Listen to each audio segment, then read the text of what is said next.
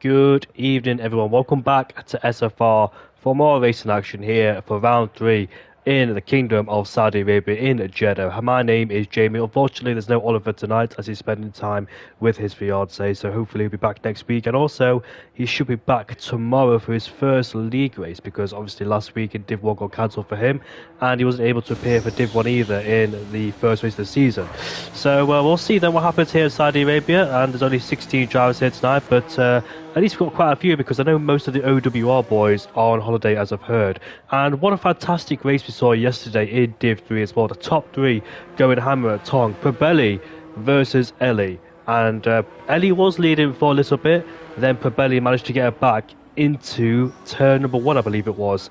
And there was complaints about a Sauber driver who gave Probelli the DRS, but Probelli drove better. Well, they both drove really well, and Probelli deserved the race victory. So did Ellie as well, but only one winner could come out top. And we've got a few cars on the circuit tonight, so let's go on board with the action then with the 16 drivers. And I believe an RB is the first one out on the circuit, and we'll see where he is. The RB of Martin is about to make his way out of the pit lane, so I believe it's a Red Bull, and it's Klussler who's on the track as well. Don't really have the best British GP. The Klussler did struggle just a bit, and I believe he made contact as well. I remember him making contact in, I think it was Bahrain at turn 8 when him and Martin came to blows, or turn 10 when it was a Sauber driver on that occasion. There's an Alpine right behind us who's getting really closer. Hopefully it's qualifying and they don't make contact. How are these drivers going to do around the 6.1 kilometer circuit? And the Alpine has decided to go by himself. Sorry about that. Apologies. So we're going to go back on board with the Alpine then, as he's one of the first ones to make his way around the final corner. The Red Bull and the Alpine are Energy Dan and Cluster giving each other no space to whatsoever. So these two go for a lap together. We have seen this in Div 1 last season, I believe it was, and a few drivers were close together on their flying laps. I remember Qatar and Miami, and I remember another track as well. I can't exactly mention what it is, that they went on a flying lap together. Doesn't really do well in terms of aerodynamic performance. But look at the ERS already from Energy Dan. It's already down to 30%, because as you saw on his first attempt, he was draining the ERS down the straight as well, and out of turn 3. So obviously overtake is available in qualifying, and you can use it wherever, as the Red Bull there getting ever so slightly out of turn 11 there. As we go down into turn 13 we go, and downhill left-handed we go. Get as close to the wall on the outside as you dare to maximise all the track as we head through the complex of 14 and 15 we go. Fast sweeping right-hander and left-hander we go as you get very close to the wall. We've seen a few people touch the wall in the exit too, and you can damage your end plate there too, or just scrape your tyre. I think the Red Bull behind us has invalidated his lap time. As you saw, he's backing off, maybe down at turn 10 where he validated, because he did go out wide. I wonder he picked up a track limit warning for that one and had to abandon his lap time. So Energy Dan then down to 10% already, as he's really using the battery, so he's got no overtake down towards the last sectors, as he will charge some on the final corner. Heavy braking zone into turn 21. So Lando Norris hit the wall here, I think back in 2023 or 2. I actually can't remember, to be honest, even though it wasn't a long time ago. But here's Energy Dan towards the line, and it's a 29.9 for him. So that's the first lap time being set. The Red Bull behind us is Klussler, but as you saw, he did invalidate his lap time. His teammate Matt G goes into P2, finished second place as Keith's, the defending champion of Div 2, pops his McLaren into P1, now replaced by Atlas Copo, who goes towards the top of the pecking order with 29.6 in the Red Bull. Magenta Tiger, we saw this, and Sonic Hawk goes quicker with a 29.3. Do you know what, RB this season have really stepped up their game? I know Sonic Hawk struggled last season. I know Martin Brundle struggled as well in Div 1 towards the back end of last season. He was a regular top 10 finisher, was Martin, in Div 1 last season.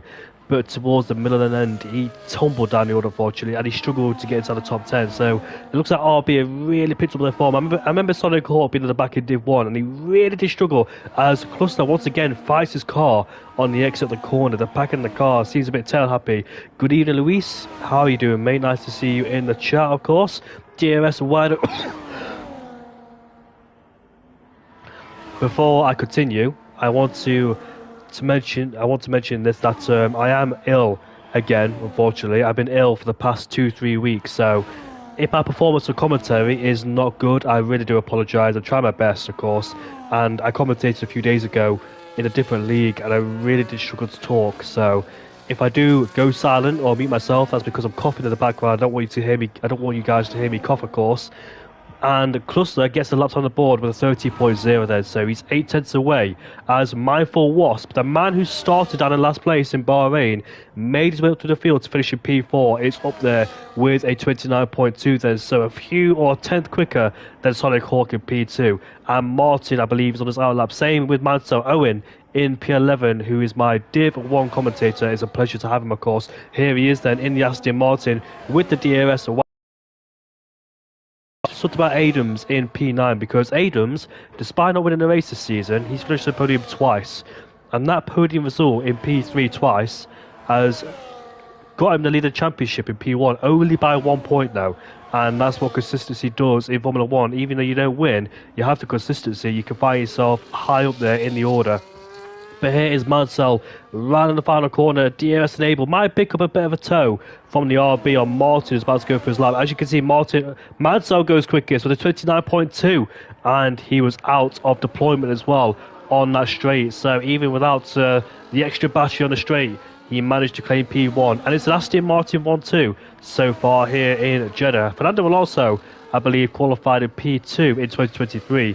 Took the lead of the race away from Sergio Perez as Max Verstappen had I think it was a drive shaft problem in that qualifying session on that day, and Perez took pole ahead of Alonso. Alonso took the lead, but we know how good the Red Bull is. He managed to get the lead back and ultimately won the race as Verstappen came from P10 to P2. But so far, both Aston Martins looking handy around this circuit with the RB in P3. Further back is Atlas Coppo, former Div 1 driver, of course. I think in the I want to say, what team was he in? Was he in the Alfa Romeo last season? I think that was Langfeld who was in the Alfa Romeo, same with Ramavage too. I think he was in the Toro Rosso, not the Toro Rosso, sorry, the AlphaTauri. Yeah, he was. He was in the AlphaTauri along with Jargon last season in Div 1. That's why I got confused. RB and AlphaTauri, of course. But here we are then, on board with Martin. For the reason why I don't really go on board anymore, as Cassidy, the Sauber driver, blitzed the time with a 28.8, so the Sauber is absolutely rapid here tonight despite the pit stops they had early in the season in Bahrain and Jeddah. But here comes Martin. What can he do? Can he join the competition? Can he get pole? No, he can't, but it's a front row start for Martin, and it's going to be P2 for him. So 9 minutes left in this qualifying session. 9 minutes have been taken away, and we'll see then what the lap times will be. As you can hear, the Honda downshifts from the grudge of the engine. It's really beautiful, the Honda engines. I remember back in 2021 where you could hear the pure groan of the engine of the Honda. That's one of the best sounding cars in the hybrid area, before I get any criticism on that. But anyways, Atlas Coppo going for another outlap then. Mad G on the set of soft compound tyres, done 3 laps on them tyres, so expect more performance from him as he's fueled the car for more than one run, so the car should be lighter on his next runs. Billy G in P16 on his debut for Ferrari, like Ollie Behrman was when he replaced Carlos Sainz when he had appendicitis. Here he is then, Billy G in the Ferrari, sweeping through. Oh, unfortunately, he's invalidated. It must have been the same place where Cluster did it, because we saw Cluster go out wide, but we didn't exactly see if he validated or not, because I was aboard with Energy Dan at the time.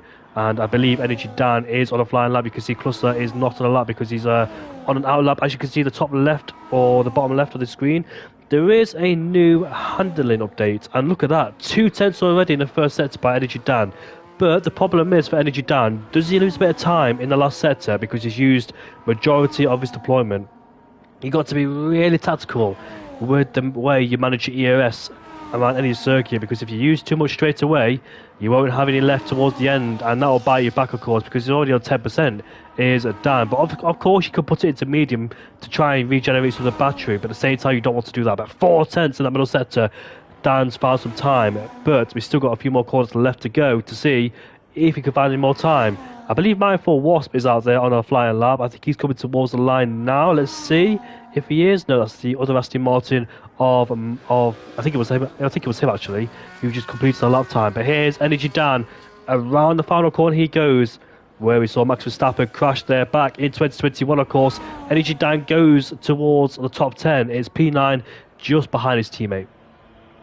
So Mad G and Keiths, those two had difficulties in the British GP a week ago, but Keiths is a P5, so has he found his rhythm? Has he found his form? Or is the Silverstone Grand Prix for him just a bad track for himself. We'll see. It's not predictable around here in SFR, where you usually see the top three, like the Red Bull, Mercedes, and Ferrari, always up there in the top three. But in league racing, it's completely different because people prefer different tracks. Of course, you may be good at this track, but you may find yourself down towards the bottom in the next event. But here's Atlas Copo, former AlphaTauri driver, now into Red Bull. OWR Atlas Copo make his way towards turn 27. I wonder, did he tap the did he tap the wall at the final corner? And he also had a bit of an oversteering moment, but still goes P7. I believe there's more lap times to be found for Atlas Copo if he can hook it up, of course.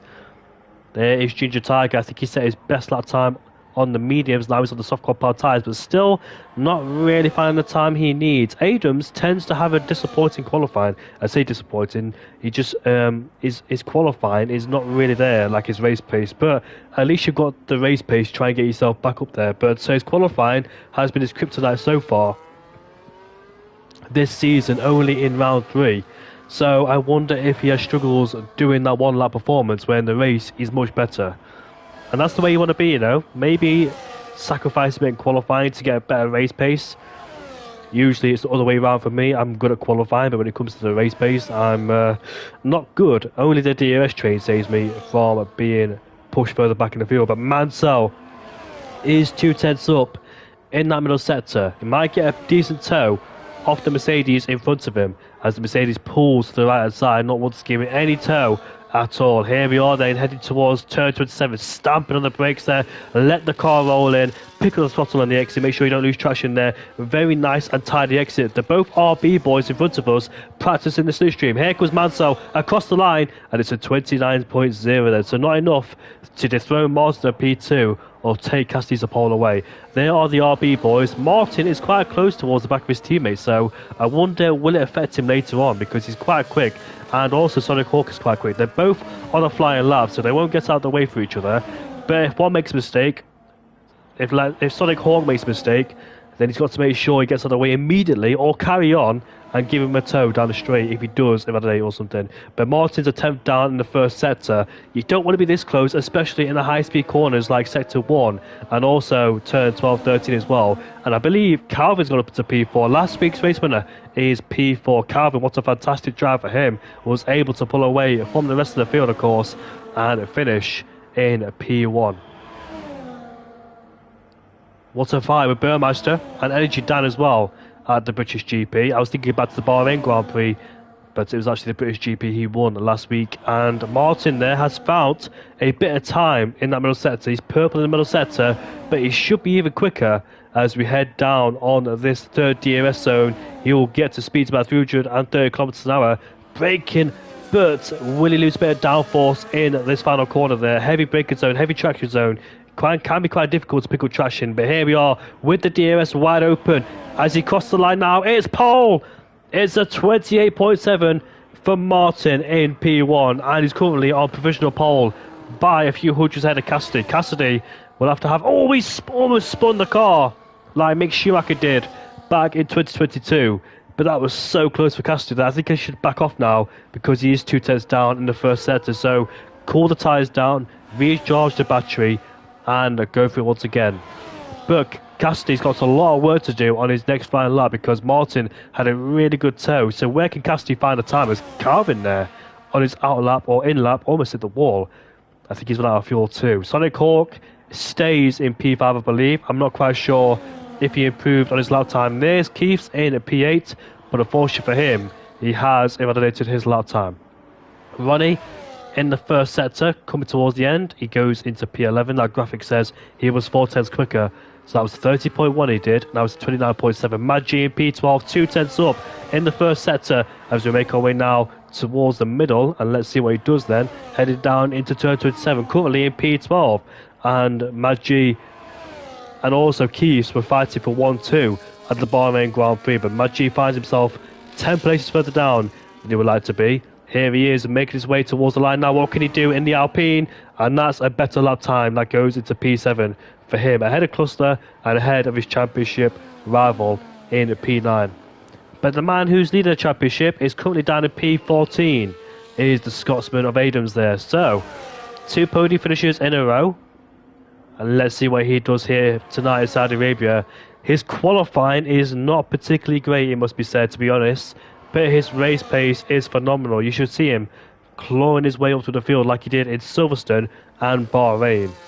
If he can only hook up qualifying, make it easy for himself in the race where he doesn't have to fight too many people and the top guys don't pull away as well. But here we are on board with the McLaren driver. His teammates already won this season and there's a retirement for that. That's Calvin Racing, who's retired from the session. I think he retired in the pit lane, so he must be saving a set of soft compound tyres because we know this track is prone to safety cars. Safety cars are likely around this circuit and we've seen plenty of them.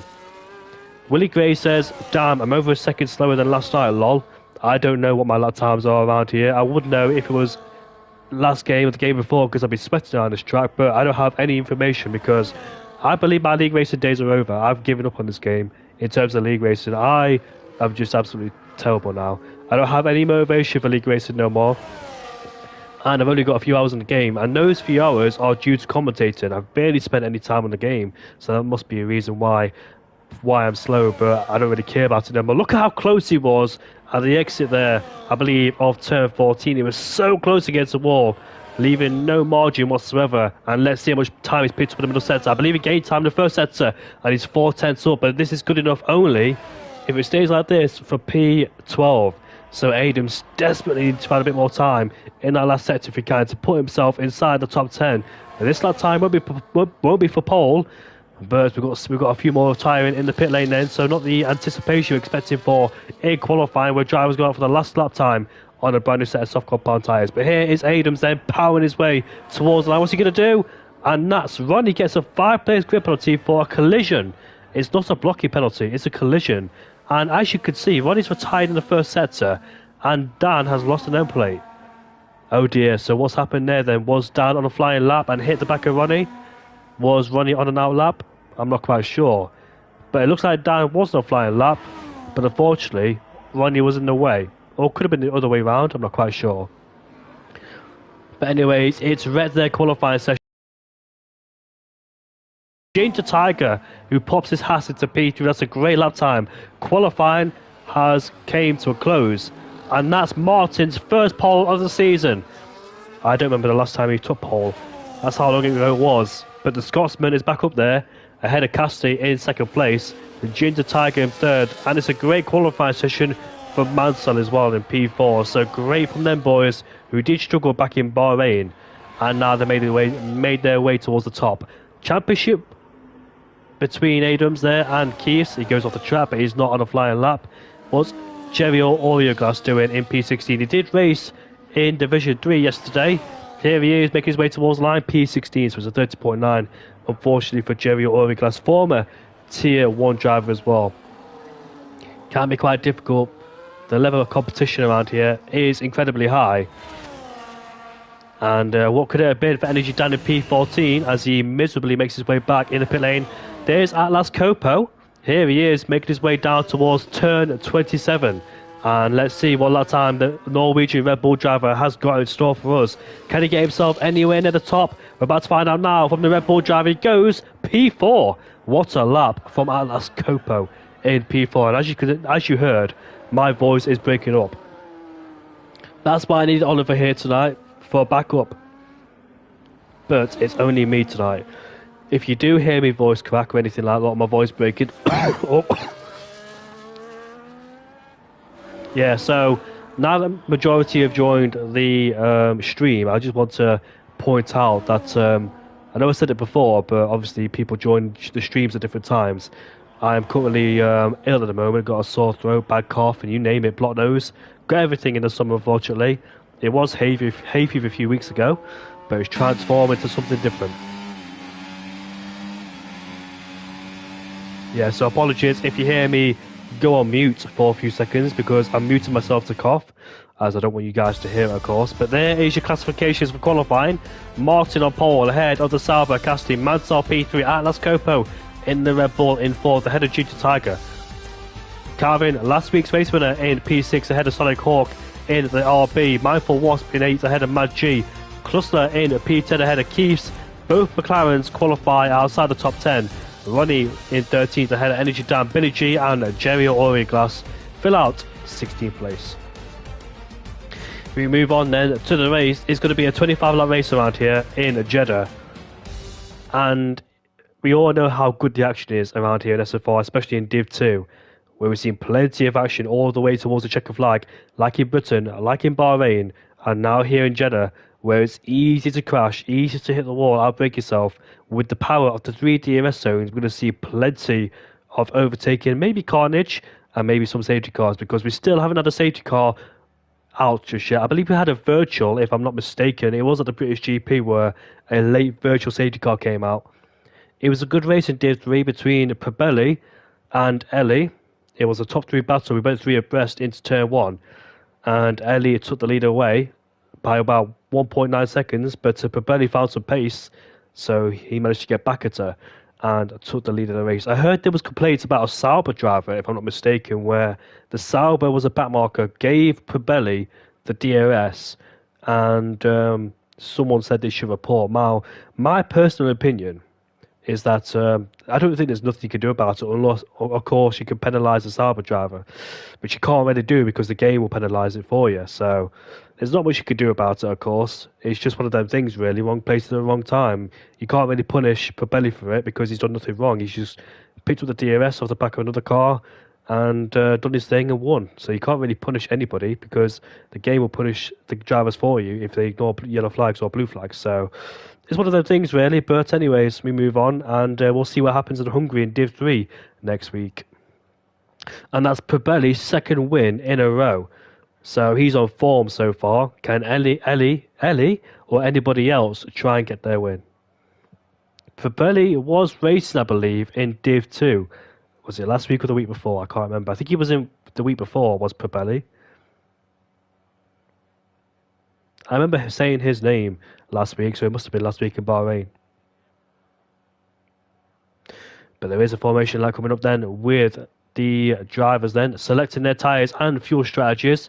We did see a few people retire early in qualifying in the pit lane to maybe save a set of soft compound tyres ready to use in the latter stages or the early stages. We've seen a few people use the soft compound tyres, and the mediums to softs in Silverstone was the way to go, I dare say. And Bahrain too, where we saw a few people drop off the soft compound tyres as well. Adams was absolutely flying on his second stint in Bahrain when he put on that set of soft compound tyres, and he finished in P3. A few soft runners fell further backwards.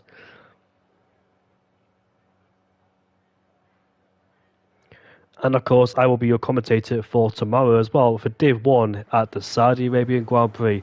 Unfortunately, it was cancelled last week due to the Euros. It was the Netherlands versus England, and England came out on top. Then we all know what happened on Sunday. I know some of you people will be delighted that we lost, but as an English fan myself, of course, it was painful. But I had a feeling that Spain would win. I should have betted, really. I knew Spain was going to win deep down.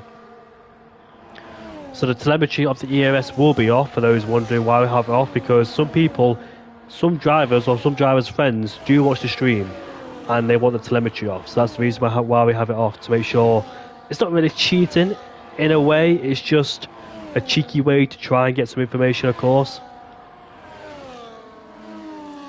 So a soft compound tyre runner, the only soft runner is Mansell in P3. So his start should be mighty then. We saw Burmeister went from P3 to P1 at the British GP last week. He got ahead of the two ahead of him and managed to take the lead of the race. But Martin, he's had 2 spins in a row back in Bahrain and at Silverstone. He spun by himself on the first lap of the race. And look at how much he's pulling away too, because Ronnie's coming through turn 14, 15, and Martin's almost at the final corner. That's how much he's pulled away. But we did see Martin in the first 2 races had a bit of coming together with his teammate Sonic Hawk and spun by himself in Silverstone. Is this the moment where Martin prevails and gets himself back towards the top? Keith just left the session, by the way, so that's very interesting. And also Energy Dan, I think there might be a lobby restart, because judging by the way people have left, we're going to have a lobby restart. I didn't even need to look at the chat for that one. So anyways, we'll leave this lobby and I will be back with you very shortly.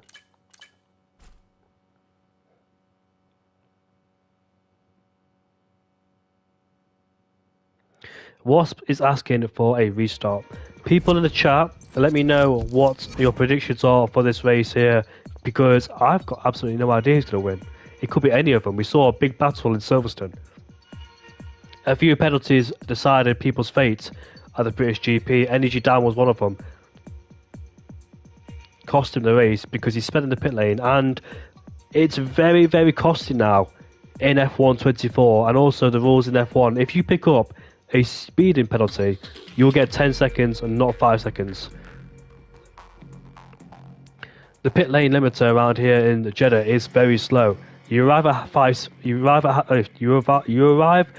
speed by exiting the final corner, and bombing it down the final corner. Probably the wrong use of words, but anyways, let me read the comments out.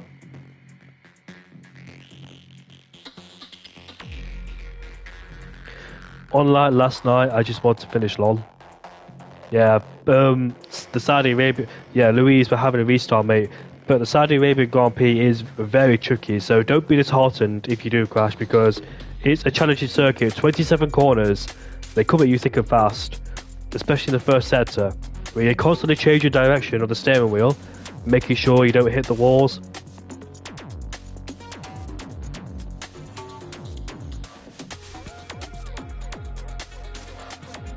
So I'm just waiting for an invite to appear before we can get back to business once again.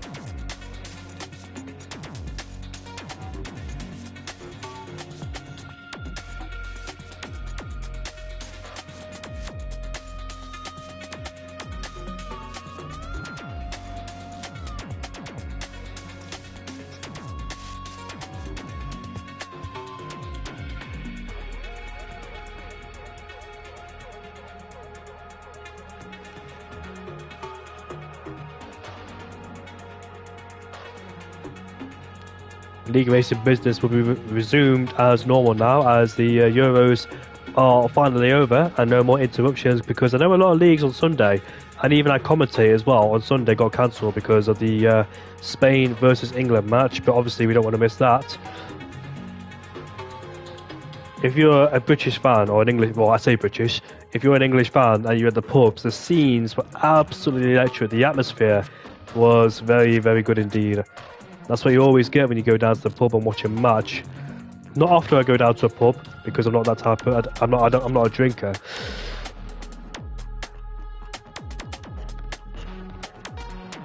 But when I went down on Sunday, whew, the atmosphere was insane. We have the Olympics coming up, says Luis.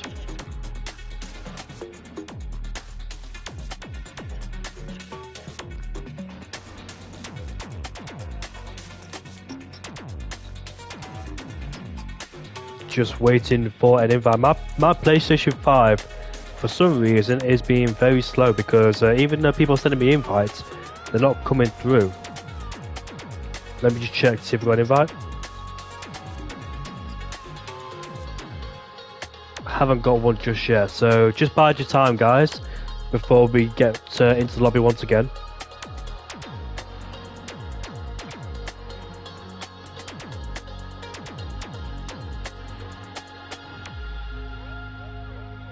Hope you all had a good weekend too, and hopefully you're all doing alright.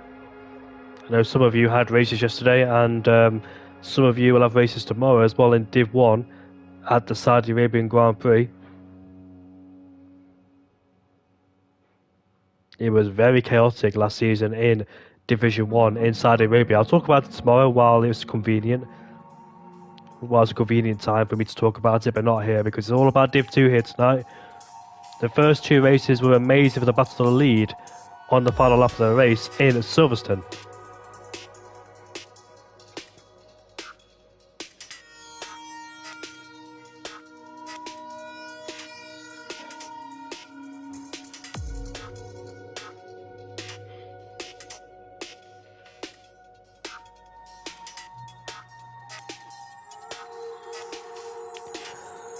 I don't know if I got an invite or not because they might not be coming through.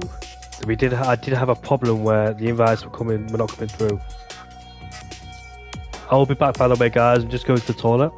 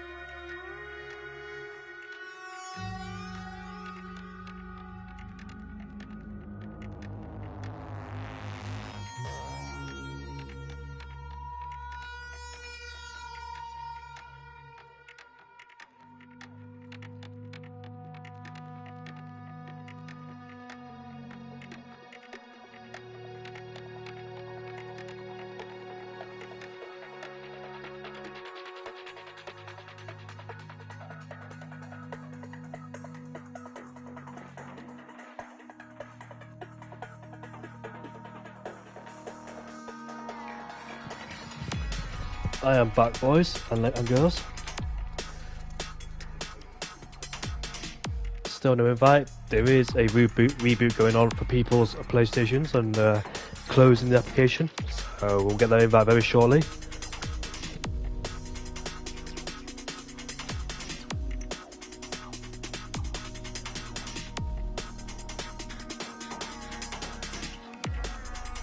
Calvin says he's got a problem with his PS5. The liquid needs changing. Well, I've got a spare PS4 if you want it, Calvin. It'll take about a few days to get there. Put it in the freezer for a bit, then bring it back out. Of course, we got the Hungarian Grand Prix this weekend, and that should be an interesting one. I honestly don't know what's going to happen in Hungary because Mercedes have always tend to go well around the circuit, historically too. And we saw that Hamilton took pole there in 23 and Russell took pole there in 2022, but obviously didn't have the car to win the race. It's always been a good track for Lewis Hamilton in terms of his records as well. Won there multiple times, not quite sure how many. Got his first win too for Mercedes in 2013 at the Hungarian Grand Prix.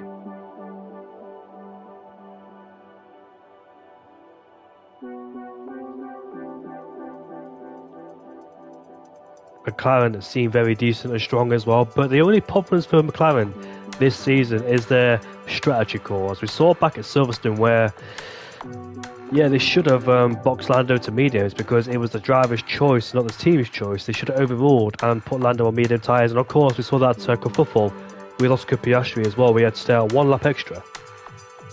And it cost him about over 20 seconds. Instead of losing 2-3 seconds extra in the pit stops due to double stacking, he lost a lot of time by staying there one more lap on a slick tyre on a wet track.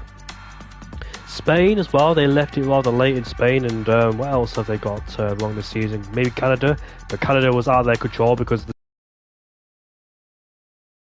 ironically like it was for Verstappen in Miami. But McLaren do need to work on their strategies as well because they were off the field with Red Bull and Mercedes, and they really need to try and up their game. I still think the Drivers' Championship will go to Max Verstappen, there's no doubt about that. But in terms of the constructors, we've seen Sergio Perez's performance recently, and it must be said, it's absolutely shocking in terms of Red Bull this season.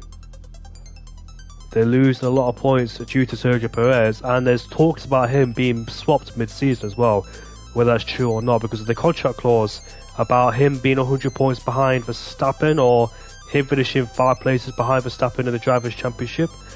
And if that happens, then we could see a mid-season swap between Perez and who? That is the question. So Perez is under massive pressure this season. He has to get his game up in the next 2 races in Hungary and Spa. He has got a 2-year contract, but it's under threat, ironically.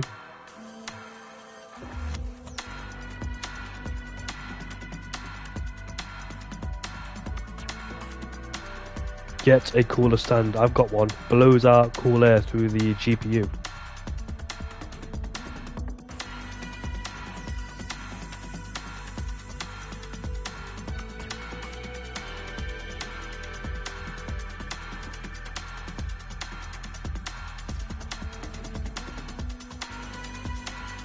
By the way, I'm trying not to do too much. Sorry, I'm trying not to do too much talking because I want to save my voice for the action. So sorry about the silence on the stream. But when you're a solo commentator, you don't know what to talk about. Well, I've been a solo commentator. Well, I've been commentating for a long time now, so I should know what to talk about. But me being ill, it doesn't help.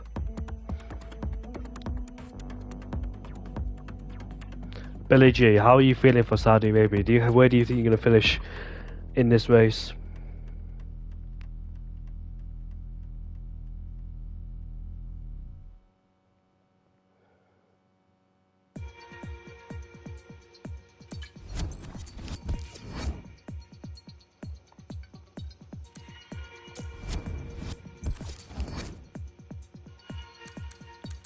Before invites start to pop out, let me do a time trial lap around Jeddah for entertainment.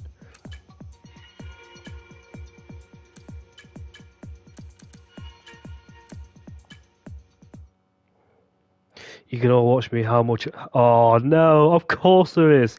As soon as I attempt a time trial or attempt for entertainment, an invite is out. So you won't see me do a time trial lap around Jeddah.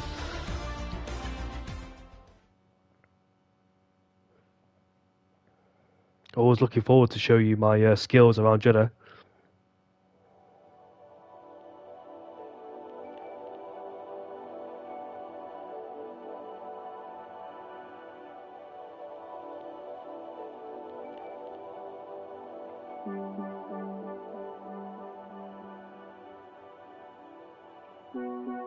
So we're finally back in the lobby then, hopefully no more technical difficulties.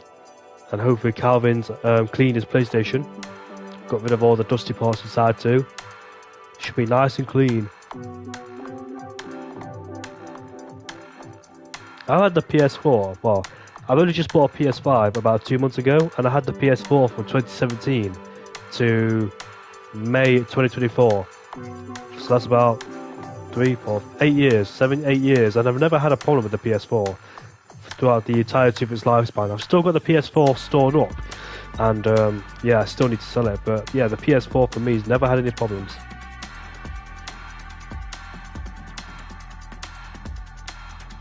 But in a few minutes time, we'll see a 25 lap race around here in Jeddah. We'll see what action we'll have in store for us tonight. And to reiterate once again, my voice will be going from time to time, so just bear with me. I'll try my absolute best. Got plenty of water with me too. Try and keep me hydrated and my voice clear.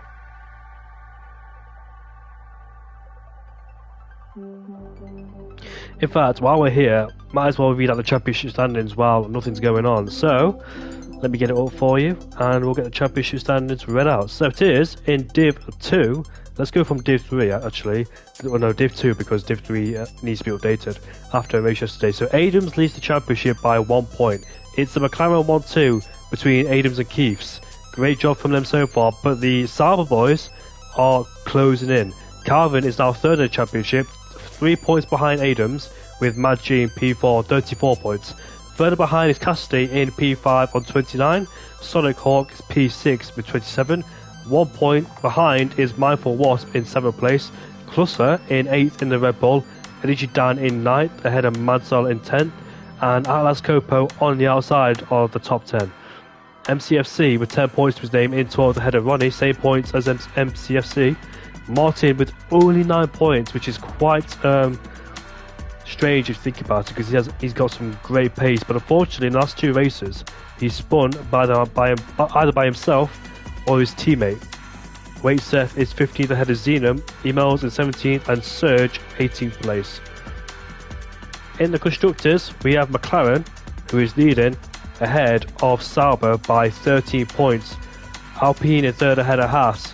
Aston Martin 5th ahead of RB, but RB's recent performances should see them up the order. Red Bull in 7th ahead of Ferrari. Mercedes 9th ahead of Williams, who are currently last in the championship. And Williams don't have any drivers here tonight, so no points for them this race, unless I can step in, of course. I was joking.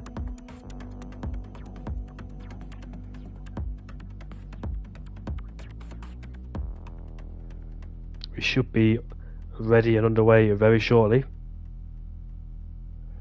The timer has ticked down and the action will get kick-started here in Saudi Arabia.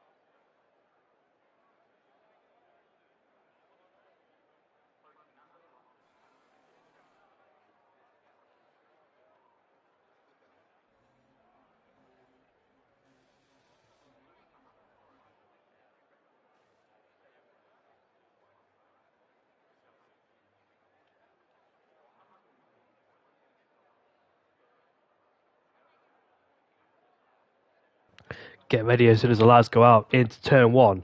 Who will lead the race going down into turn 1?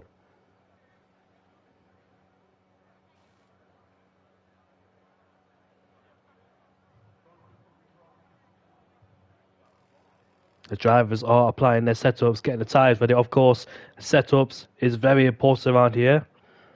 Default settings or the default setups will not do you any favors around here on any single circuit. They're absolutely terrible. So it's very important to remember your setups around here, because people like me will forget your tyres and fuel as well to go with it. Tyre pressures, your wing suspension, aero geometry.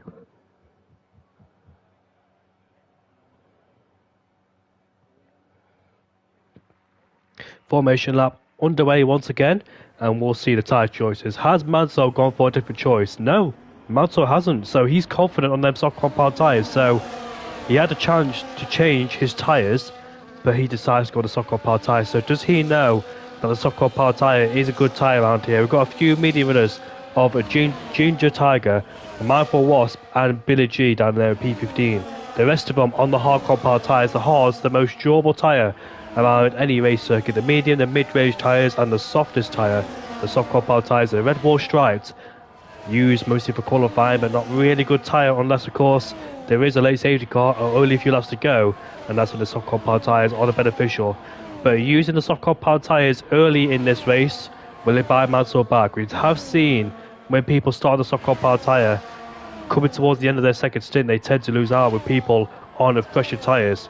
So he's got to make up all he can in the first few laps of this Grand Prix. Remember, DRS is enabled on the second lap, so you've only got one lap only to pull away and break a second. And once again, Martin flies down the straight, so he's not really backing off, really. Obviously, the longer you stay on the grid, the higher the chance of the tyres and brakes cooling down, as he's absolutely flying around here in a Jeddah. But getting ready for a probably chaotic start here, and it's and the top 5 in this race, different teams: RB, Sauber, Aston Martin, Red Bull, and Haas. Haas need those points desperately as well. So do Red Bull down there, P4 and P5. What can Ginger Tiger do? And Atlas Coppo. Atlas Coppo has struggled in the last few races, but is this his chance? Harvarders will have the advantage by lap 8, says Paul.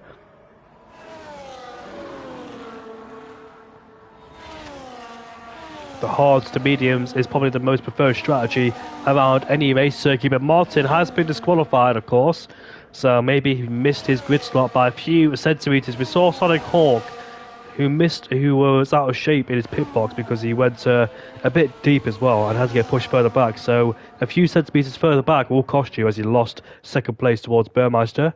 The sound has gone. Maybe the engines, yeah, I thought there was a problem there, but it looks like it sorted itself out. So we will wait for the lights to signify when the race get underway. DRS is disabled, of course. 3, 4, 5 lights. Not the camera angle I want, of course. And we are underway for the race in Jeddah for round 3. And Cassidy takes the lead of the race. Pulls away from Martin. Martin has got a horrendous start. They go 3 abreast with the Aston Martin and the Red Bull. But Martin back up into second place there as they go squeezed down there into turn 2. Martin stays ahead. Atlas Coppo is ahead of Ginger Tiger. Mindful Wasp. Up into P6 we go. It looks like a relatively clean start from the rest of the guys as we go down into turn 4. Ronnie and Keith are swapping places there for P11 and P12, but looks like it's a clean start so far from everybody. Martin, who lost 2 places up, went around the outside, and here comes Mansell on them soft compound tyres, looking for the inside line, going down into 13, but actually does not make an overtake and has to stay there in P3. So not the start Mansell was looking for down there in P3. Keith and Ronnie swapping places again into turn 13, and Keith is back up into P11. And where can Mansell strike now? Surely down into turn 27, or maybe on the straight now. Mansell already gets a better exit into 15.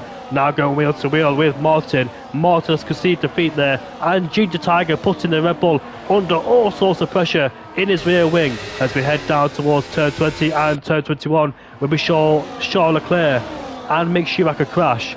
Mick Schumacher calls the red flag in 2021, and that changed the whole trajectory and the whole outcome of the race too, but Hamilton still won. Here comes Tiger down the inside into 70. Oh, he's going to hit the RB. He does, and he spins himself out, unfortunately. You know what? If Martin spun into that corner, that would be the 3rd time in a row he spun in a race. Not by himself, though, by somebody else. So if Martin spun, that would have been so frustrating. But there was a RB further back. That's his teammate going for a move into 1. And nicely done there. And let's see then, can he put pressure on Adams? Adams, who didn't have a good qualifying session, is up there in P7 already. And I need to turn the EOS off, of course, because the telemetry can't be shown on the stream. So my bad there, guys. But anyways, we've got Adams, who went from P12 to P7. Mad G, P6. So Mindful Wasp and Mad G has made up a lot of ground in the opening stints of this race. Energy Dino's up to P11 ahead of Billy G, who's also made up 3 places. But Ginger Tiger, unfortunately, down in P14. He's got a great race pace, but unfortunately, he lost it by himself and tagged the rear of Martin. Martin, thankfully, did not spin. We need Martin in this race because he's a really quick driver, of course, and we want to see him up there. And I would have felt sorry for him if he did get spun the 3rd time in a row. One was back in Bahrain by his teammate. The second one was by himself at the start of the Grand Prix. It looks like the Red Bull of Cluster is looking to take back P8. But now they're going wheel to wheel. But Cluster thinks better of it, and he stays behind the RB. What can Sonic Hawk do? Finished in a great place back at the Bahrain Grand Prix and also Silverstone. But he's under pressure from the Red Bull driver. Mansell and them soft compound tyres is right behind the bright green car. The 2 green cars are about to go to battle for first place. The Aston Martin versus the Sauber. And here we are then. The DRS is enabled for Mansell with them soft compound tyres. Should have the grip, should have the pace, and he sets the fast up of the race to go with it too. And puts himself into P1. Now, Mansell's got to utilise these soft compound tyres. He's got to pull away from the rest of the field. If he gets stuck in that DRS train, and that's his strategy essentially over, because he'll pit earlier than the others, while the rest of them stop later and they're on better tyres than him towards the end. And therefore the guys behind will have the advantage. Keith surely not trying to go for a move into this first sector, which he doesn't do, but it looks like he got better traction and better grip than the Red Bull in front of him. The Red Bull taps the wall, and he almost lost the car there. Keith gives him a tap, and Keith is ahead of the Red Bull. So getting all out of shape there in the first sector was Klussler. He tapped the wall, put him out of rhythm and out off the racing line, and therefore Keith was able to take advantage and puts himself into P9.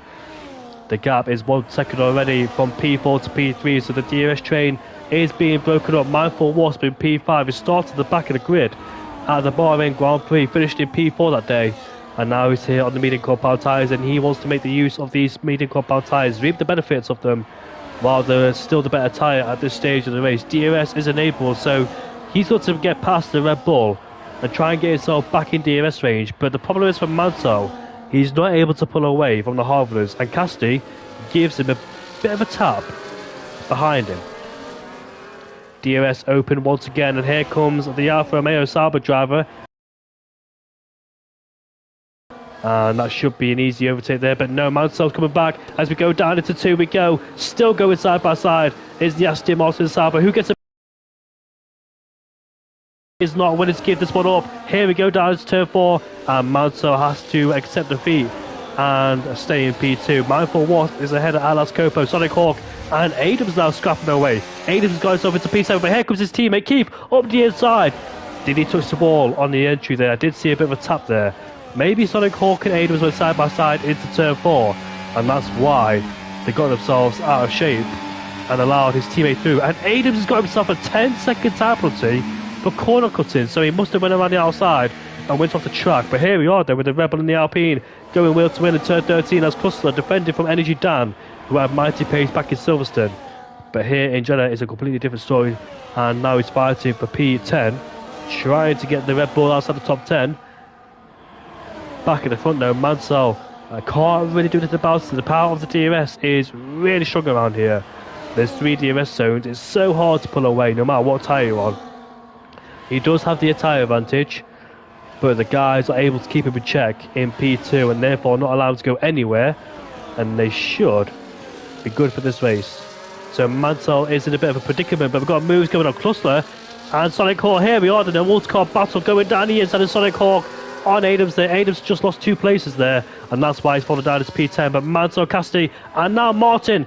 Oh, the Sauber hits the back of the Aston Martin as he broke late, trying to defend from the RB on Martin. Martin gets a decent exit on the outside into 3.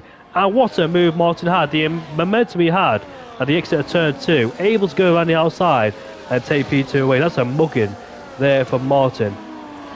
I wonder, did Casti sustain any damage there, trying to defend from Martin and hit the back of Mansell? However, these guys are still scrapping in the midfield there. You can't take your eyes off these guys because they'll do anything.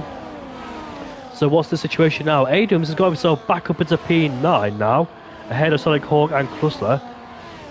And here we go with Energy Dan, who's under pressure from Billy G behind, in 13th place, also on their medium compound tyres too. So the better tyre at this stage, but he's stuck in that DRS train, the inevitable DRS train around here, which can be very hard to overtake, of course.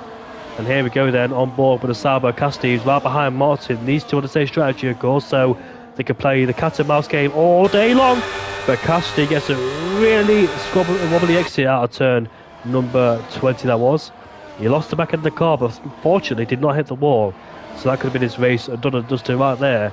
As we go down into turn 27, Martin then can sense an opportunity to retake the lead of the race. He lost at the start due to a bad start, and here he is then with the DRS wide open on the RB, and he flies past the Aston Martin. But here comes Casti too, also flying past the Aston Martin.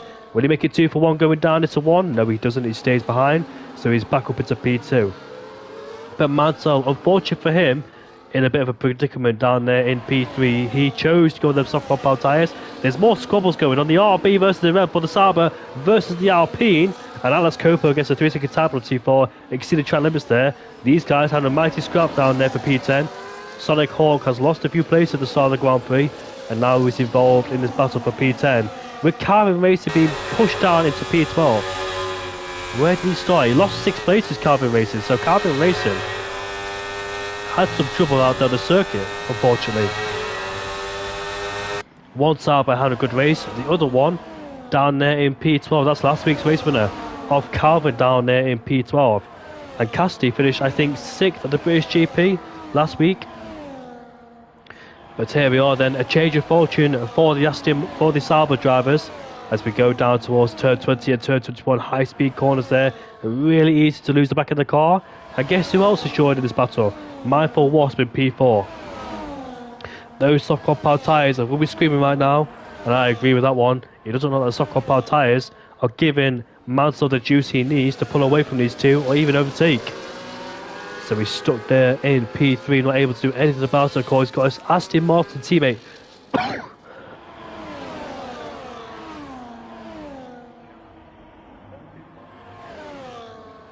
So Casti retakes the lead of the Grand Prix, then ahead of Martin. These two can exchange DRS like he was back in Jeddah, like in Silverstone and Bahrain. Exchanging DRS there to make sure they stay ahead of each other. Put P3 in their place too. Calvin Racing and Sonics going side by side somewhere. That's down at turn 2. And let's see who wins in this battle. It looks like the Sauber has got the advantage. Puts himself into P11. So what happened to Calvin in the early stages? I'm not quite sure what happened to him. So I might have to rewatch that. But Mad G, who finished in P2 at the Bahrain Grand Prix, is now involved in this battle for P1. The top 6 in the DRS train. Keith is further back in P7. Mad G, who finished runner-up against Keith, as Keith there set a blistering lap time. Or was it the other way around? Sorry, did Mad G won the race and Keith finished in P2? My memory is fried, even though it was 2 weeks ago. My memory should be good at a young age, but unfortunately it's not. So I'm going to have to go watch that race back and see. Mindful Wasp there taking a wider angle going down there into 20 and turn 21. But the first race of the season, it belonged to Keith, with Mad G in P2. And here is Mad G then. Is there a chance for Mad G to get back on the podium or potentially take a race win? When will Mansell decide to pit on them soft compound tyres? Because maybe he can try and extend it towards mediums if he stays in this DRS train. But the battle for the lead is continuing between the top 2. Martin moves himself back into the lead of the race ahead of Casti. And Mansell is stuck there in P3. Both Aston Martins have gone for a different tyre choice in comparison to the rest of the field. So one of them's on the soft compound tyre, the other one is on the medium. So they both go for a different strategy. Neither driver willing to take the harder tyre at the early stage of this race. So that's very interesting for the two. The medium tyres shouldn't be too bad, but the hard tyres will start to come into play, and therefore the pendulum will swing towards their way, and they should have the grip in their hands, which will be their territory soon, you will presume. So Keith is in a bit of a lonely race down there, P7. He's got Jin to Tiger behind him as Energy Dan picks himself up a 3-second time penalty. Calvin's back up into P10 now. There's Billy G fighting with Ronnie for P14. Ronnie was also at the British GP last week. His teammate, though, decided to retire in the pit lane for no reason. I'm not quite sure why he did that, because he was inside the top 10 and all of a sudden decided to retire, even though it was lap 25. So I'm not quite sure what was going on there with his own Mercedes teammate. I'm not talking about... well, his Mercedes teammate's not here anyways. But anyways, here we go then. There's Aston Martin. Is that an instruction? Or is that a battle going on between the two? Mindful Wasp is up to P3, so was that an instruction to let Mindful Wasp through, as he's on the better tyre now out of the two of them? But here we go. The Casti is back into the lead of this race, as once again these two changing DRS. Neither driver has won yet. Here comes the Alpine. Mad G up the inside into 1. But there's not enough space, and therefore Mansell just stays ahead. But does he get the better run out of turn 2? He should have the grip on his hard compound tyres. He doesn't, but it looks like for one moment that Mad G was going to take on P4. certainly those soft power tyres will start to come to an end as the RB and Red Bull still in battle between each other. The sister team versus the junior team, of course. Here comes Sonic Hawk, though, not willing to back off. The Red Bull about to go off the track, but no, they both keep it on the track. Sonic Hawk has the outside line converted into the inside line, and he stays into P10. So this is a great scrap going on with Calvin, who's fallen down into P12. So these three always changing positions with the DRS they have on each other. Calvin went from P10 to P12, so what a contrast there from the Sauber driver. On the highs at the Silverstone Grand Prix, but currently in the low here in Jeddah.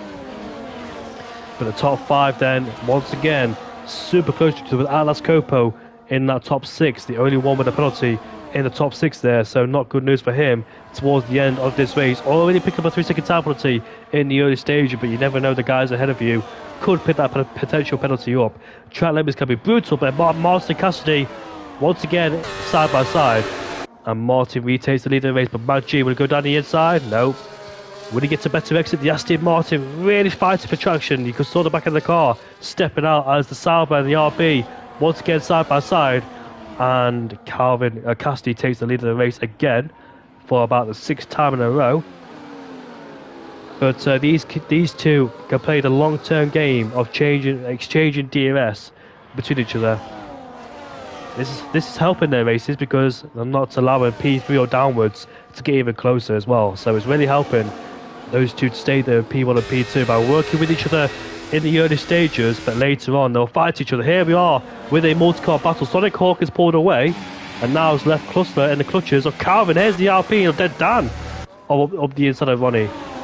That was a fair move, optimistic of course, but still made it work, and he puts himself up into P13. So the the podium sitters, or the podium potentials in Silverstone, are down there P12 and P13. The top two who put on the spotlight at the Silverstone Grand Prix currently find themselves towards the back end of the field then. So that's what I mean when the luck changes and swings towards different people's way. You can have a really good race one race, and it can go really bad in the next race. Adams has started down in P12, is currently in P8, not under pressure from anybody, neither is his teammate. So both McLarens running a lonely but quiet race around here in Jeddah. And Mad G has overtaken Mansell, so Mansell has lost a lot of pace on them soft compound tyres. He's broke the DRS now. Is this the sign to pit? Because the longer he stays out, the more he suffers on the soft compound tyre, and he does pit too. Cassidy and Martin once again exchanging for P1 and P2. But now this is critical. Can Mad G get back in the DRS of Mindful Wasp? Mindful Wasp, remember, is on those mini compound tyres, and he's still a threat in this race too, as Mansell goes from soft to medium then. So let's see if that strategy works out for him. And Sonic Hawk once again battles with the RB, as that's a late move from Calvin, but doesn't quite make it stick there. He was hesitant whether to go down the inside or not, and we can see that the Alpine behind us is Energy Dan, willing to take another place on like he did on Ronnie in the last lap.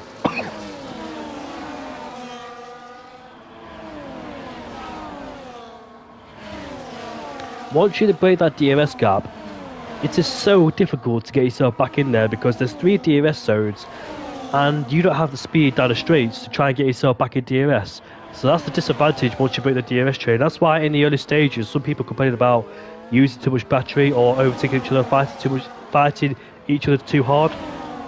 That usually comes in the middle stint, and Atlas Copo and Mad G now are going in the battle with each other. But Mad G won't be happy about that one because he's looking to try and get some time back on the top 3 in front of us with Martin, Cassidy and Mindful Wasp. Can Mindful Wasp pick up his first podium of the season? Looking good for him so far, down there in P3, but we know he's got to pit either on a soft compound tyre or a hard compound tyre, where the rest of them will probably go on the mediums depending how long they can take their hards to. And here we go, then there's the Aston Martin. He's about to make it 3 abreast. Is it a double overtake? No, he stays in P3, so it looked like he was about to overtake both of them, but backed out there, did Mindful Wasp. Then the last time these two came together, they made contact going down into turn 8. But no contact this time, thankfully, all nice and clean between the two. And once again, the midfield mayhem continues with the Sauber, Red Bull and the RB. The RB making contact there. And there's a spinner as well. Who just spun in the background? Did somebody just spin? I thought somebody spun there, but no, they didn't. Maybe they went sideways but saved the car. But as we head down to turn 4, then Klusler and Sonic Hawk fighting ferociously down for P8. And Billy G sets the fast lap of the Grand Prix. So Mansel's rejoined in P12. He's got cleared air to try and utilise and try and gain as much time as he can. So when those guys pit towards the end of the race on the medium compound tyres, try and build up as much of a gap and make sure they don't close that deficit down. That's his target, but the problem is though, he's got 4 cars ahead of him who all in a battle with each other. It's not going to be easy. It's not going to be a walk in the park for Mansell down there in P12 to get past these guys. Unfortunately, if I ask, where is... So, I'm trying to think now. Never mind.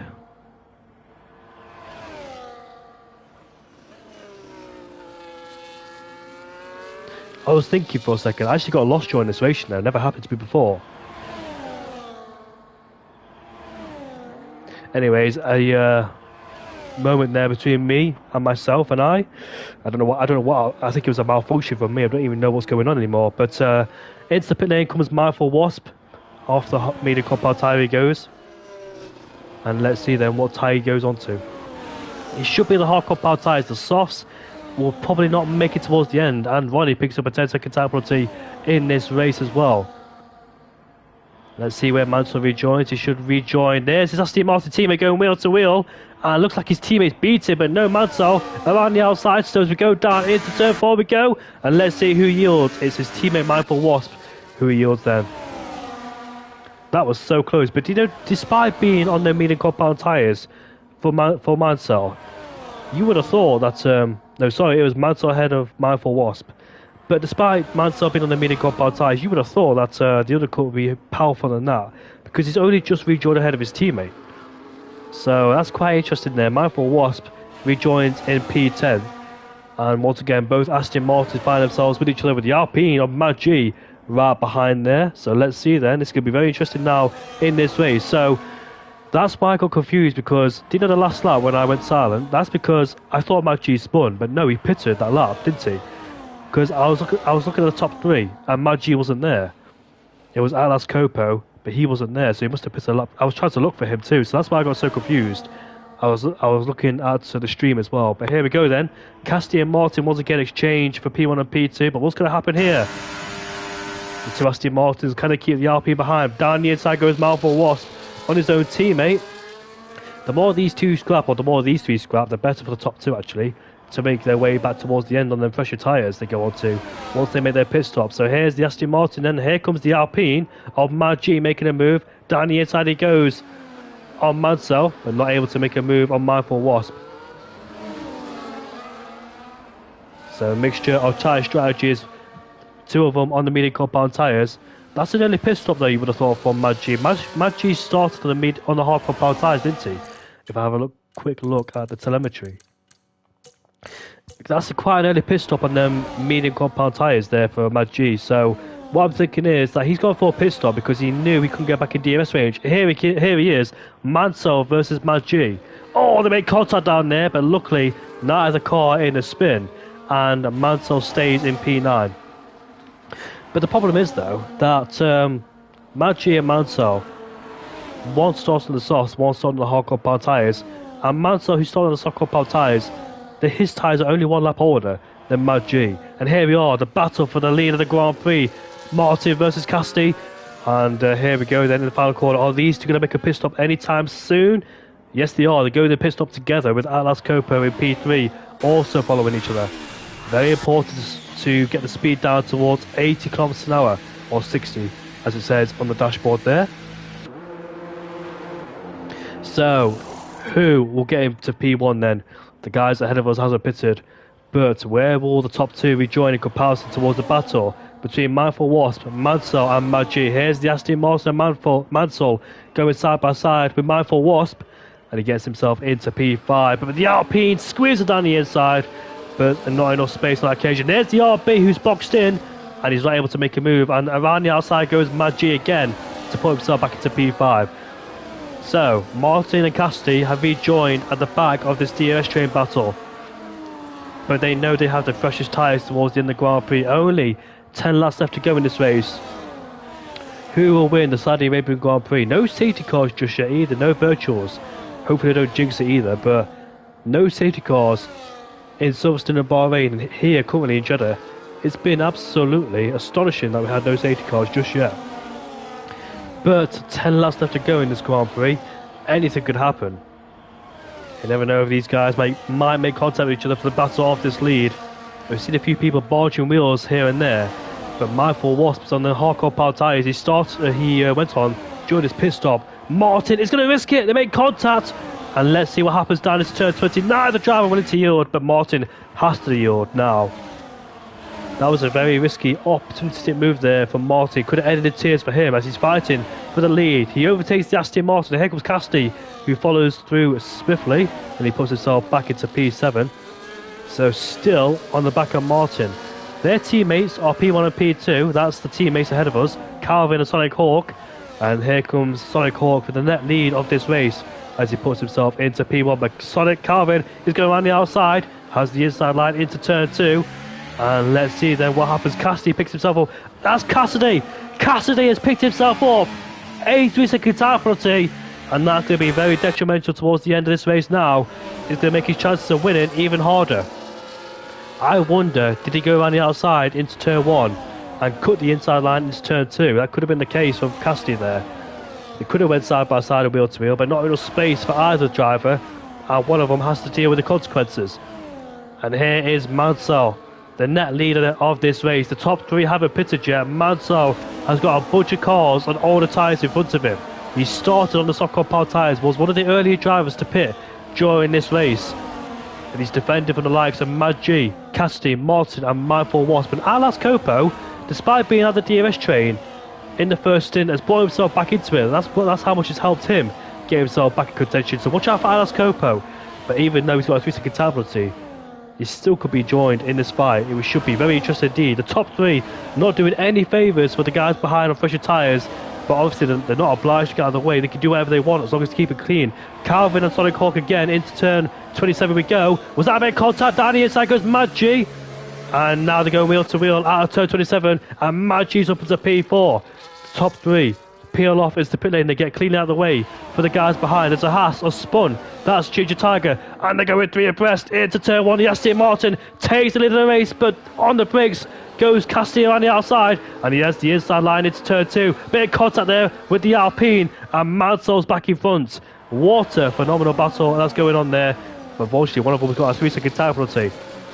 Cassidy, who was super brave on the brakes there to stay around the outside. Oh, Mansell there had a massive slide, almost lost it there. The pressure is on these drivers' shoulders 100% of the time. Calvin Racing picks himself up a 3-second time penalty now. And further behind, that's Mindful Wasp and Mad G in a battle together. Mad G, don't go for it there, mate. And Mad G's up into P4 ahead of Mindful Wasp. On comms last time, Mad G said he had no pace around here, but that's clearly a lie. But Mad G's doing well so far. But look at Casti, who's constantly harassing Mansell. Mansell is on older medium compound tyres. He'll be vulnerable from here to the end of the race. And Ginger Tiger has retired in the pit lane, so no safety car. A safety car will probably help Mansell, as he can go for a pit stop on a set of soft compound tyres and be back in this fight. But he's really exposed now in this fight, being on the oldest tyres in this group. And here comes Casti, here comes Martin. The band's making it very interesting going down into turn 27 we go. Casti goes around the outside into turn 27 and takes the lead of this race. The top 6 all in one shot. The top 6 going for the lead of this race, but unfortunately 2 of them in this group have got a penalty to their name. Here we go then. It's going to be a 3 abreast moment almost. Cassidy's been swamped by 2 drivers, but on the brakes again, around the outside into turn 2. Wow, what a confident driver on the brakes there.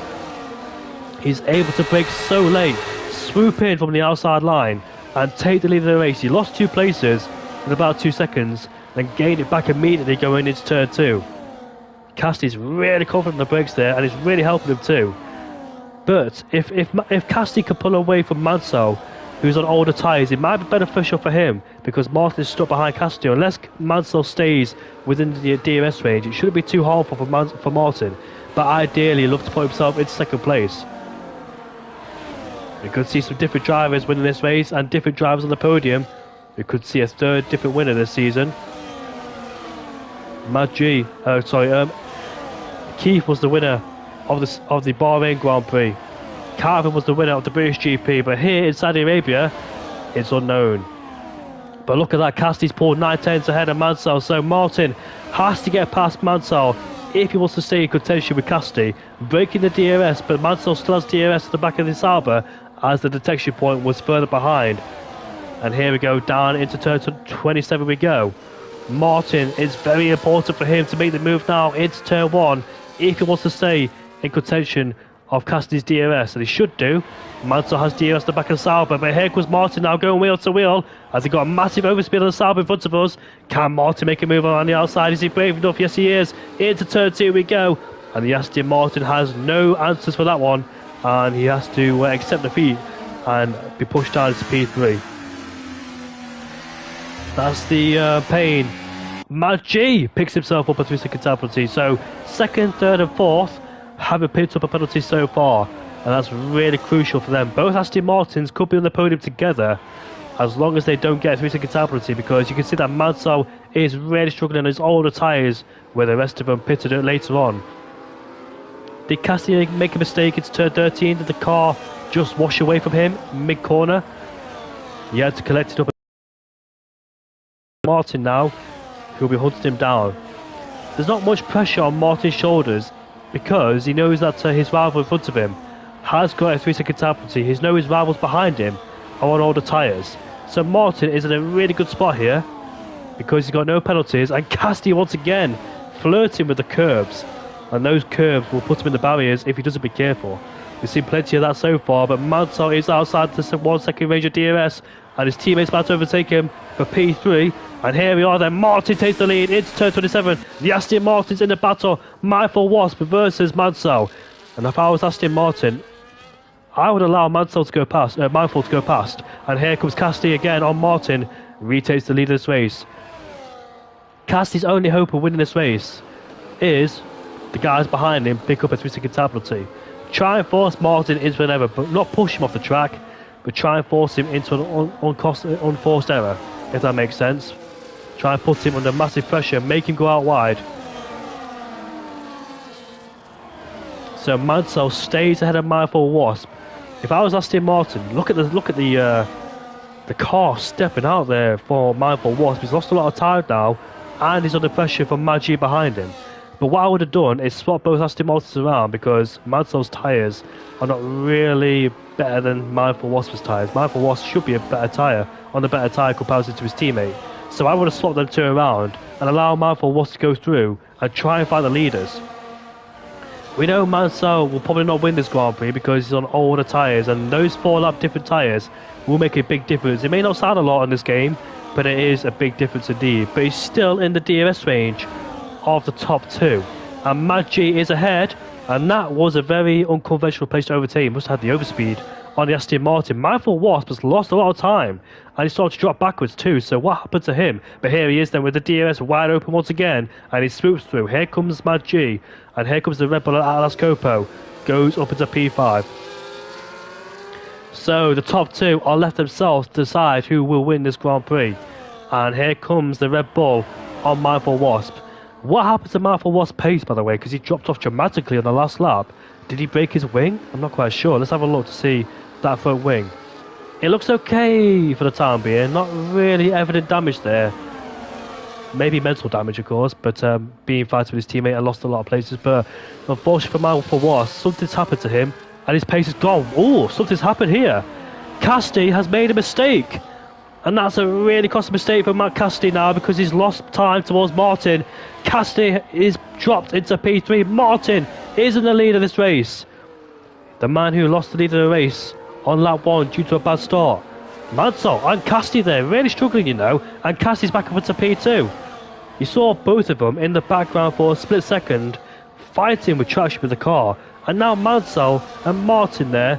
You can see that Martin's pulled away massively. This has changed the whole script for this race for Martin. No penalties, the youngest tyres, and he may be, I don't want to curse him, but he may be on course to win this Grand Prix if he keeps it nice and clean, and if he doesn't pick up a 3-second penalty. But for some reason there, Cassidy made a big mistake into sector 1. We did see him fight with the curbs and with the car in sector 1, and now for the second time unlucky. Unfortunately for Adams down in P10, it won't be a third consecutive podium, and he might lose the championship lead too, because the championship is so close. I think Keith will take back his championship charge, if not Mad G in P5. Here comes Mansell on the inside of Casti, and that's a battle Casti does not want to be involved in, knowing that he's on fresher tyres than Mansell in P2. But do you know what, from Mansell, got to give credit to him, started on the soft compound tyres. There's the two championship contenders going wheel to wheel. Keith is now into P6. Remember, he was only in the first stint, and now he's brought himself back into this battle. So Keith all of a sudden has found some pace in that McLaren, and now looking to put pressure there on the Aston Martin. And mindful Wasp, who looks like he's really struggling for some reason in that car. But Martin there in P1 is untroubled so far. Got to keep it nice and clean. Can't afford any mistakes because Mansell is still in his penalty window by about 7/10. But I want to say give credit to Mansell because he started on soft compound tyres and he's made it work. Into P2 he goes, but still under big pressure from Casti and Atlas Coppo. As long as Mansell doesn't fight too hard against Casti, don't do any erratic weaving or making contact, because he knows the guys behind have penalties. So maybe let them through and use them for DRS. But we know his tyres are getting older and older, and the start to come towards the end of their peak. Here comes Atlas Coppo down the inside. Is that contact? Yes, it is. And Atlas Coppo has spun. Oh dear for Atlas Coppo there. Ending tears for him, and that was a late move. I don't think Casti did. Oh, who's that? That's Keith. Keith has spun as well. Was there contact with him and Mad G? I'm not quite sure. Mansell and Casti going side by side into turn 1 and turn 2. We'll see which one of these two will get ahead of each other. Looks like the Aston Martin just strings ahead. But Keith unfortunately spun in the same place. Maybe different circumstances, of course. But what a dream come true for Martin. Finally for Martin. Oh, I'm not going to celebrate too early just yet. But he has pulled that significant penalty over Mansell. He has got the fresher tyres, of course. So even if he does get a penalty, he can still break 3 seconds. The safety cars can no longer be deployed, so that won't spoil his afternoon or evening. But Mansell on the soft compound tyres, we thought he was in a uncomfortable territory between the guys on the hards at the start, but he's made it work still and let the drama unfold behind him, and he's done a good job so far. Mansell, if he stays in second place, I'll be interviewing him and commentating with him tomorrow, so I get to speak to him twice in 2 days, which is quite good. Mansell been around SFR for a long time, of course. A nice guy to talk to. Casti behind him in P3 in the Sauber, who had a difficult race back in Silverstone, but he's on course for a potential podium. But no, he's not, because Mindful Wasp has not got a penalty just yet. So Casti's race in terms of a podium is not over yet. That mistake has really costed the barging wheels, these two, for some unknown reason. But here comes Casti now on the DRS and up the inside into turn 1. Into second place. Calvin Racing, who's not had the best race either here in Jeddah, fighting for P8 with Keith. And Adams now looking to take advantage on his own McLaren teammate. So Keith, who was looking to take some positions away later in the race, has fallen down into P10. But the battle for the last podium spot is not over. Who would it go towards? Is it Casti's podium? Is it Mindful Wasp's podium? But you would have thought the hard compound tyres might be slightly better than the mediums on Casti's there, but the mediums still working well. Casti's really pushing hard. If Mansell is a team player, he should go for overtakes on Casti. Try and slow him down. Obviously don't brake check him, of course, but try and go for lunges. Slow down at the exit of corners, only by a bit though, like Alonso did on Hamilton in Hungary 2021. Slow him down just a bit to allow your team out on the podium together, and that should be a really good bunch of points for Aston Martin, which they need. Haven't had the best first 2 races, have Aston Martin. Well, Mindful Wasp finishing P4 in the first race. But this could be a double Aston Martin podium. They were quite good in qualifying a few moments ago. Like you see the Sauber, Casti really struggling on his tyres on traction. He's really fighting with the hand in that car, and here comes Mansell once again, and he puts himself into P2. So the gap between Mindful Wasp and Casti is 2.5 seconds. It's the last lap of the Grand Prix. What can Mindful Wasp do? Can he get on the podium? Can Casti stay on the podium? It's going to be a battle for P3. Casti, considering all his hard work in the early stages, it looked like it was going to be a battle between him and Martin in the opening stages of this Grand Prix. A battle for the lead of the Grand Prix, only by those two. But on the second stint, it all went downhill for him after he made big mistakes as well and picked himself up. 83-second time penalty. Mindful Wasp was gained 5 tenths alone in the first sector, and Casti outbreaking himself there, trying to go. Oh, look at that, he actually gets a better exit than Mansell, but not able to get alongside him. But the story of Martin in P1 there, got 2 sectors left to go. He was a Division 1 driver, got dropped to Division 2, but Division 1, he scored regularly inside the top 10. He really prevailed his progress in Division 1 in the opening first half of the season. In the second half, he did struggle a lot. He could barely get himself inside the top 10. And he was fighting as well in the midfield inside the top 10. And here comes Mansell and Casti for the battle for P2. But more importantly, I want to keep an eye on Mansell. Here we are going side by side. Martin. Oh, they make contact. Martin is about to win the Saudi Arabian Grand Prix. He's finally done it. A long drought. But he's finally washed it away. And now he wins here in Jeddah. It's a double Aston Martin podium. Second and third. And Casti will finish in P4. Oh, lucky to him. He was one of the contenders to try and be a winner in this race. But the second stint, something happened to him. He was not able to get on the podium either, considering all his hard work. And that's Copo, who spun on the last corner, finishes in P5.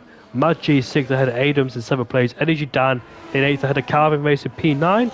Sonic Hawk in 10th place ahead of Cluster Keith 12th, Money 13th, Billy G 14th, and Jerio Oreo Glass in 15th place. But Martin, after a long winless streak, finally comes to an end. We called him Hulkenberg last season, but now those memes are ended. He is now a race winner for Season 16 Division 2.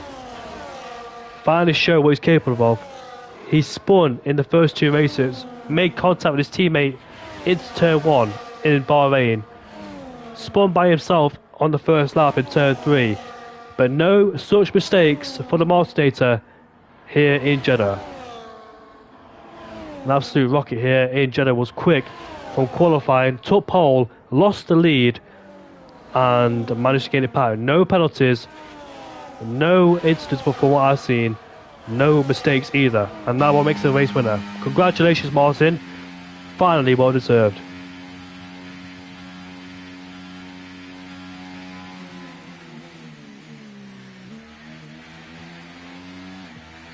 He's back at the top, ladies and gentlemen.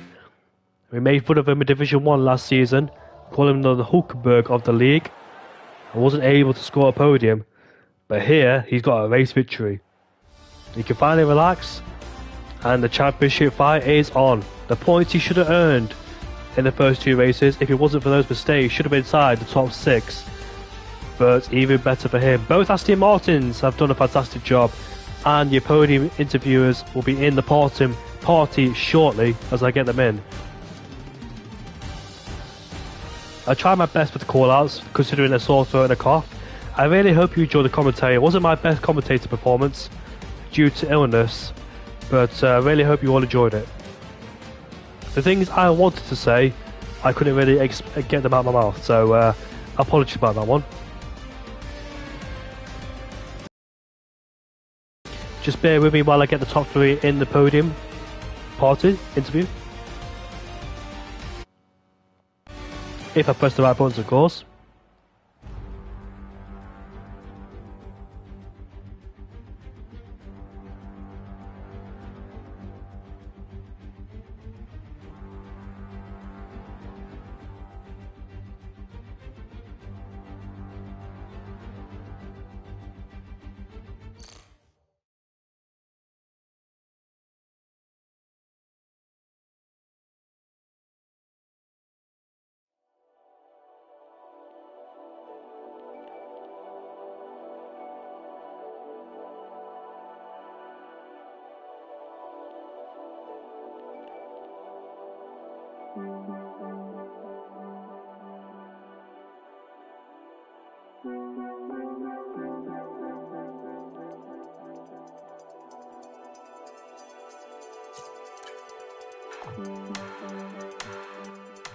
So the top three have been invited to the podium interviews. One of them's in here, but hopefully all three of them can join. And we're just going to wait for the other two to be in the party unless they're already here, because sometimes they can join at the same time and it won't show me the notifications. So, Mindful Wasp, are you here? Not here just yet, so we'll just give it a few more moments. This is your Oops, sorry about that. Pressed the wrong thing. Skip, come on. As opposed to press the customization. New items you've acquired appear here. Marty's joined. We're just waiting for one more driver to be in this party, then we can get kick-started with the podium interviews. So the race winner was in an RB, of course, so that's the car that'll be representative on the screen. Oh, Owen, were you in a party with Mindful Wasp, sorry? No, I was not. Do you know if he has a mic? No idea, mate. He does have a mic, but... You know what, we'll just start with you, Mansell. So, Mansell, you started on the soft compound tyres, so from the outsider's point of view, from my point of view, didn't look like the right tyre to be on at the time. So, what was your strategy plan? Was you anticipating an early stage car? No, that was always my strategy. I had a look on the screen and it was about 2/10 slower than the medium hard, so I know everyone was going to do a medium hard strategy. So I thought, well, I hadn't had a great first two races, so I thought I'd just, you know, do different to everyone else. I was expecting to try and get ahead as much as I can on the softs, but because the DRS is so strong around here, I wasn't able to do that. So I just literally just had to stay with the top wheel with Martin and Mindful Wasp and everyone around me for as much as I can when my softs was wearing out. And then obviously I knew it was important after I stopped to get the outlaps absolutely perfect. Tried to do that, I did get it right, but again with the tyre wear kicking in, it was able to come back at me. But yeah, I needed this result today after the last two races I've had. Yeah, a good result indeed, especially starting on soft compound tyres, because you had the oldest tyres out of the lot and you managed to defend as well. So when you in that battle for P2 at that time, because you tried to fight the leader of the race, the people who didn't pit, who tried to fight with them. So when they all caught up, did you expect to be pushed off the podium? Again, because the DRS was so strong, that was my mindset. As long as I was in the DRS of everyone, all the guys in front of me, I would have been all right. Obviously, Martin pulled away, but I made a mistake. That's my bad on my end. But as like I said, as long as I stayed in the DRS, I knew I would be all right. But yeah, again, P2 is fine by me. Yeah, P2 should be very happy as that as well. You hoping that Martin will pick up a 3 second tablet towards the later stage of the Grand Prix? Well, I think it's about 3.5 seconds. But again, not much would have changed if he got that 3 second penalty, because my tyre wear was gone at the end. I don't think I would have been able to catch him at all. So my main aim at the very end was just stay with Cassidy. I know Cassidy had a 3 second as well, so I wasn't battling too hard, because I had my teammate behind me who hadn't had a penalty yet. So again, as long as I just stayed Cassidy and stayed with the DRS of him, I would have been alright, which obviously I pulled off. We saw you and your teammate, when the pit stops start happening, going hammer and tongue with each other. And I would have thought you two would have worked together, trying not to lose too much time towards guys who stayed out to extend their stint to go on the better tyres towards the end. So, I mean, were you frustrated at the time? I mean, it's a bit difficult because obviously we're not in a party together, but I know he was coming out the pits literally at turn 2 where I was, so I was like, right, okay. I didn't even have a quick look to see what tyre was on. I was like, just make sure I get ahead of Cassidy, not Cassidy, sorry, my teammate Mindful Wasp, because I know, well, I didn't know at the time he was on the hards, but I knew it was important just to make sure he was on the harder tyre, which obviously he was. But yeah, he struggled at the end. There were like 2.8 seconds, I think it was, at the end. But yeah, that was important for me to stay ahead of my teammate there. Yeah. Sorry about that. It was quite strange. You might hear some of that tomorrow, Owen, but don't worry, I'll mute my mic when I do it. But yeah, Owen, I did want to mention that when you and your teammates fought for the last time in that race, your teammate fell backwards, and I thought he'd be off the podium because he really lost a lot of time. So, was there contact between you two, and that's why he fell down the order? But still, he finished the P2 anyways.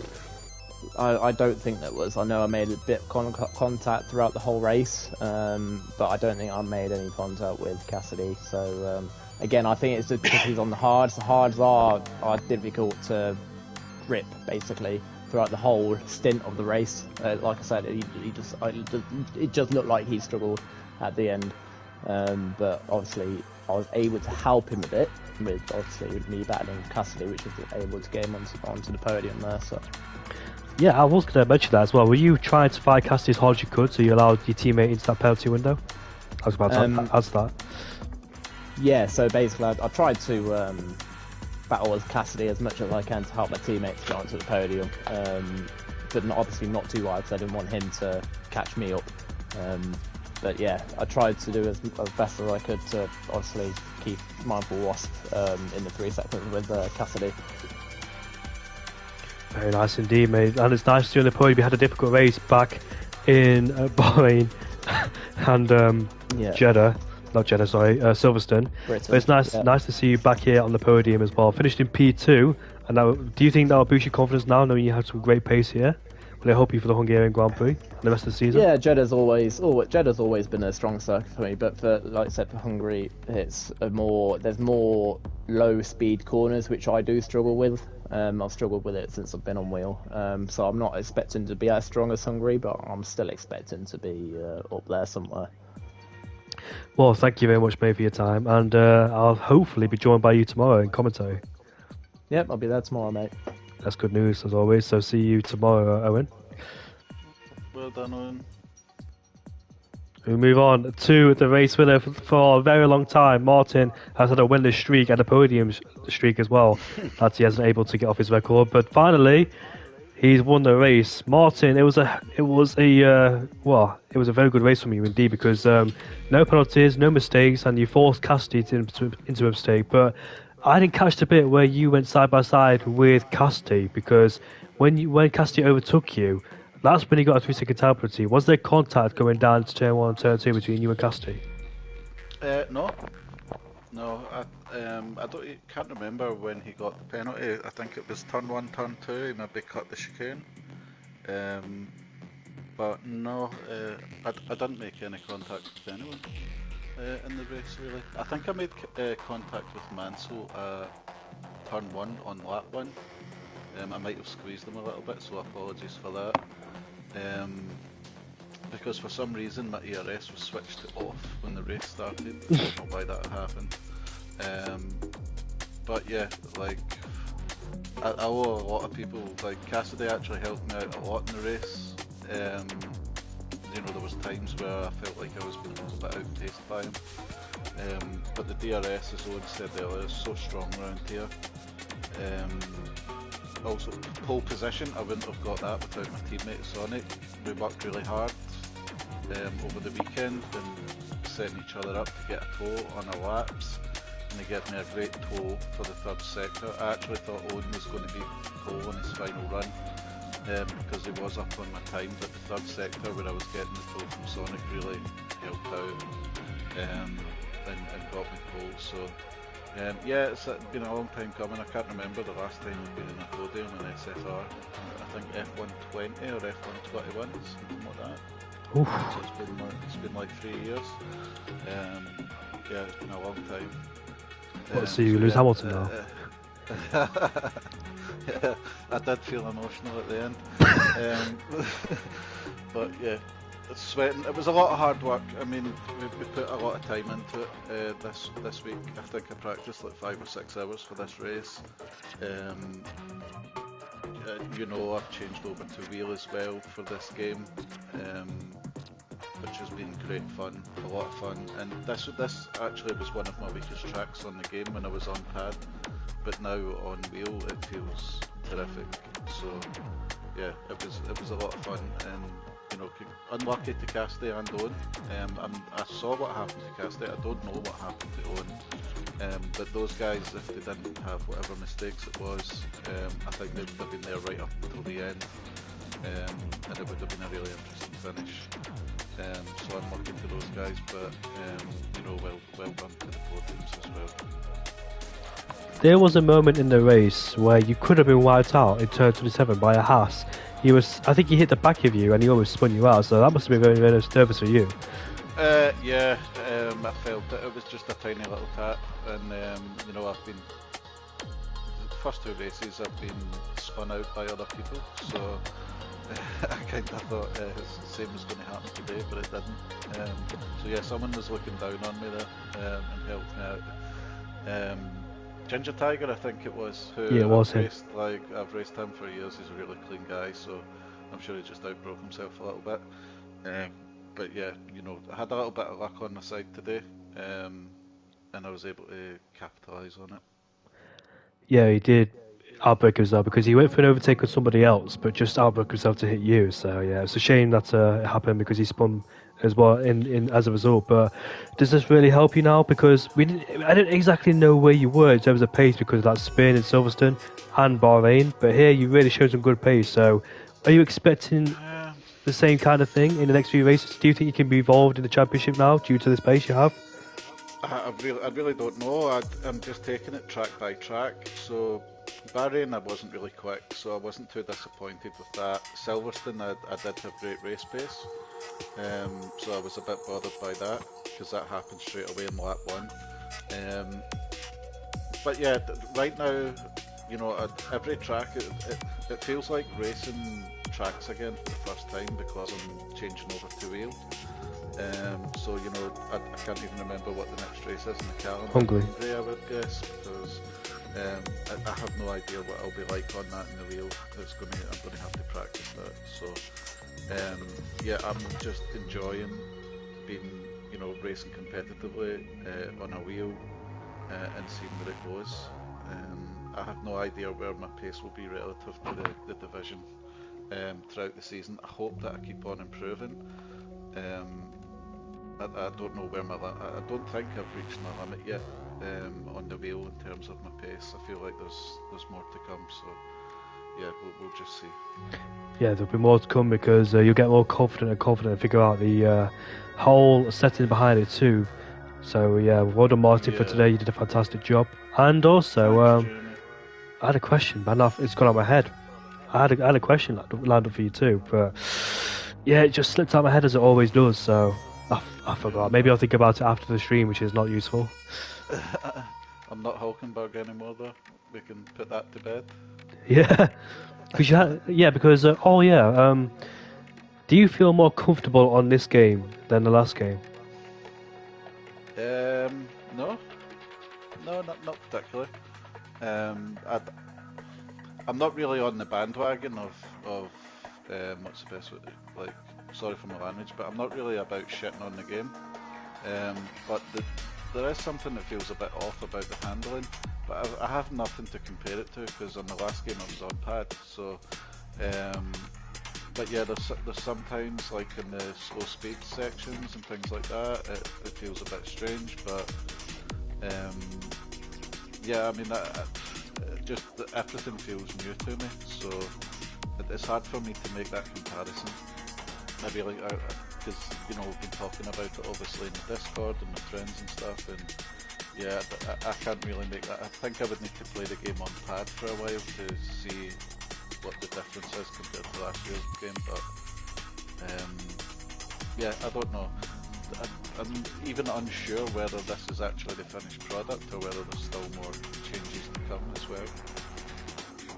I think we might have more changes to come, so yeah, congratulations to Martin, you did a fantastic job. Well done Owen for P2. Mindful Wasp, are you here or not?